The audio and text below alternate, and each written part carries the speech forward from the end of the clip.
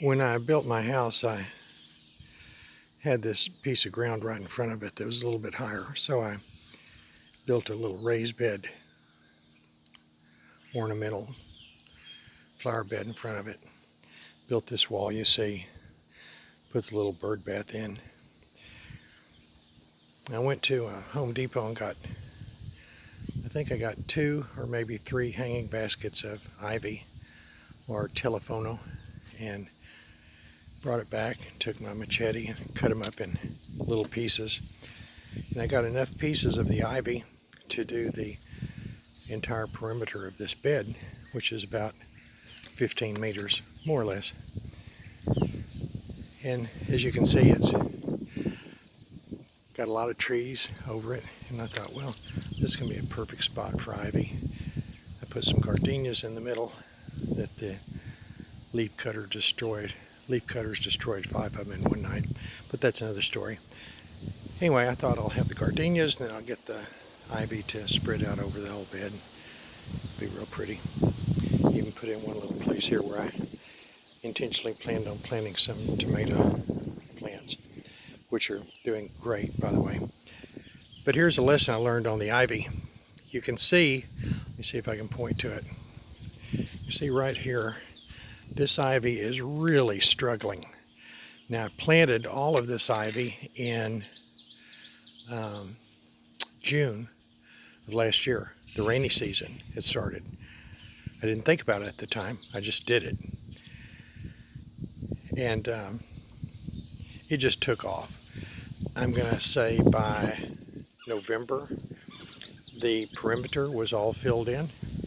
And then in January, it started spreading out, like you can see here, into the center. And even right here, it started spreading out. But now that the hot season has come, some of it is really struggling. And in fact, it isn't going to make it. I'm going to have to prune it back. But over here, it's still thriving. And so what I've been watching every day is this piece right here in the corner where it's struggling so hard gets about 4 hours of sun a day. The rest of it is, I don't know, you can't call it shade, but almost shade. Very little sun, because it's got these this big Ramon tree, and then right back there is sour orange, and then of course here's my big coconut palm. So what I'm telling you is ivy here will not make it in the hot season if it gets 4 hours of sun. It either needs to be very limited sun or an hour or 2 or shade, or you'll lose it. So you can see here, even on the perimeter, I've lost the perimeter ivy, whereas down here it's still healthy and doing fine. But this is the part that only gets the hour or 2 of sun, and most of the time it's in the shade. So there's my lesson for you. I'll know better next year. I'm not sure what I'm going to do here. I guess I'll just replant and hope for the best. Maybe I'll put up some more corn plants or something to give it some more shade for next year. Here's another view of what I was just talking about, except this is from the porch. And you can see that this ivy here has come together and done fine. Still doing fine. And it gets more or less full shade all day long.